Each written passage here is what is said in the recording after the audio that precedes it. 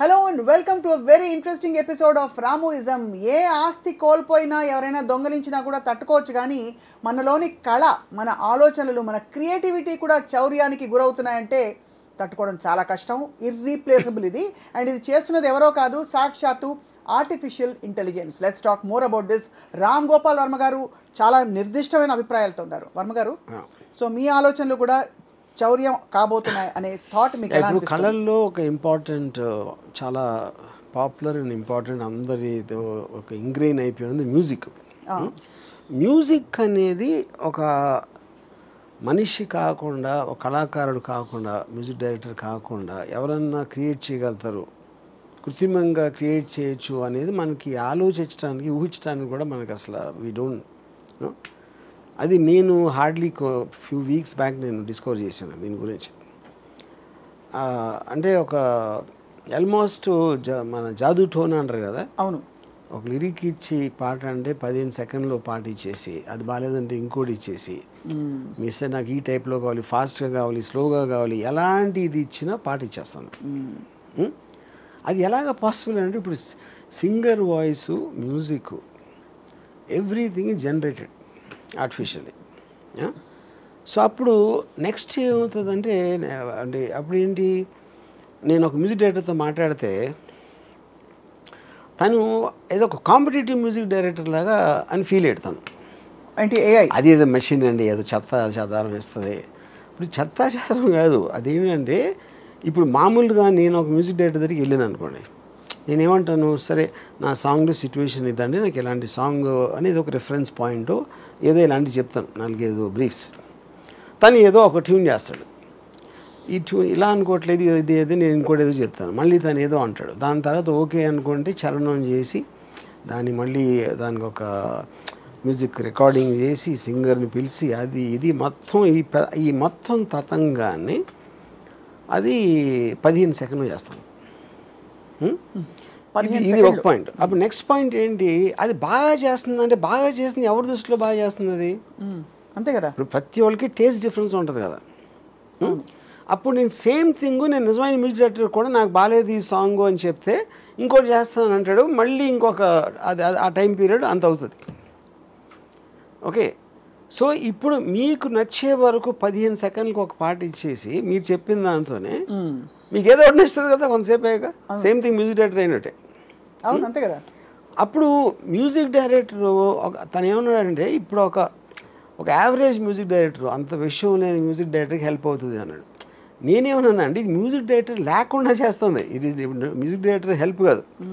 At the most ఏంటంటే ఫైనల్గా music అంటే ఏంటి, టేస్ట్ అది అంతే. ఇప్పుడు క్షణక్షణం పాటలు చాలా డిఫరెంట్గా ఉంటాయి.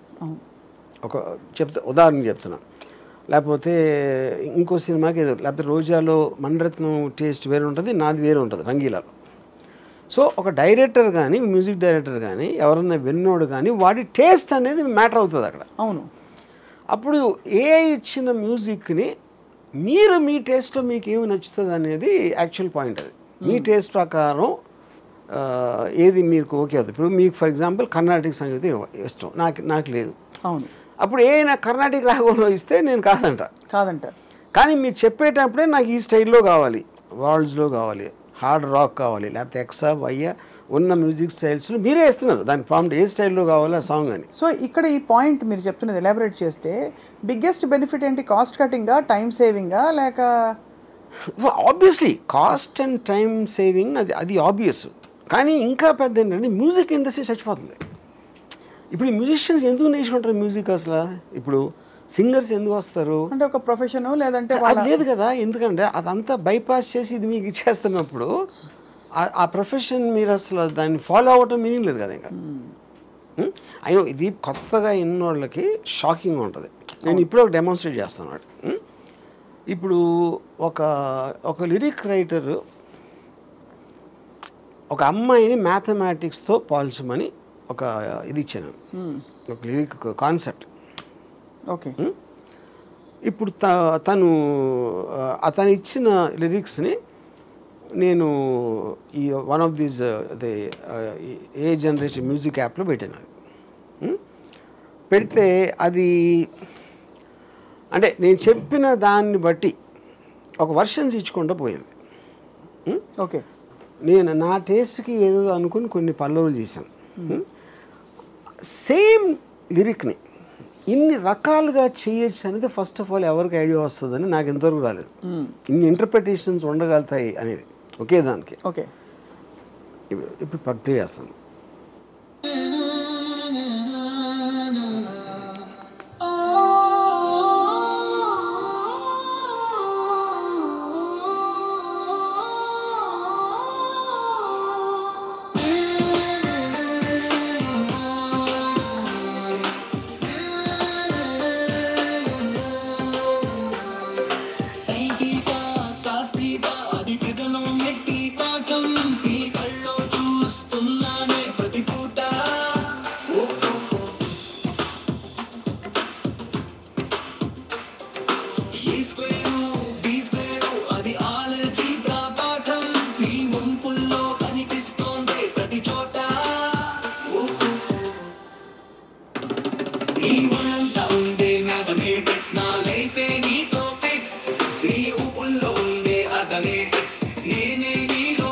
ఇదొకటి.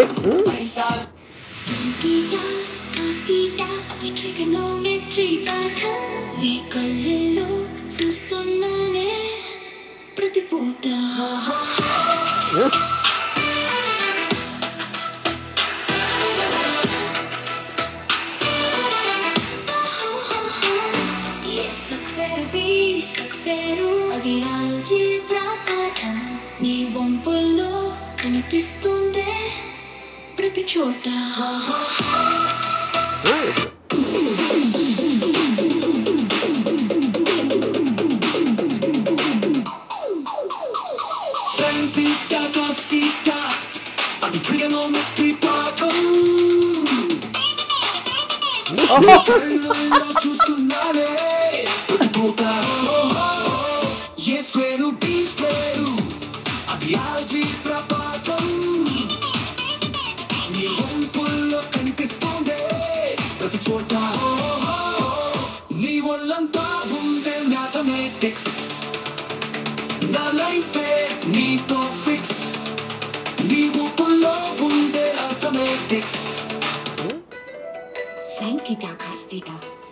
అది ట్రిగనోమెట్రీ పాఠం, నీ కళ్ళల్లో చూస్తున్నానే ప్రతి పూట.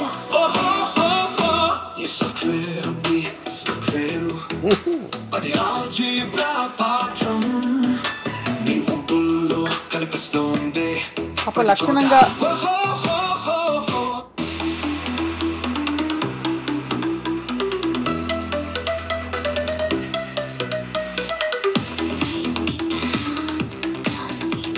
ఛాన్స్.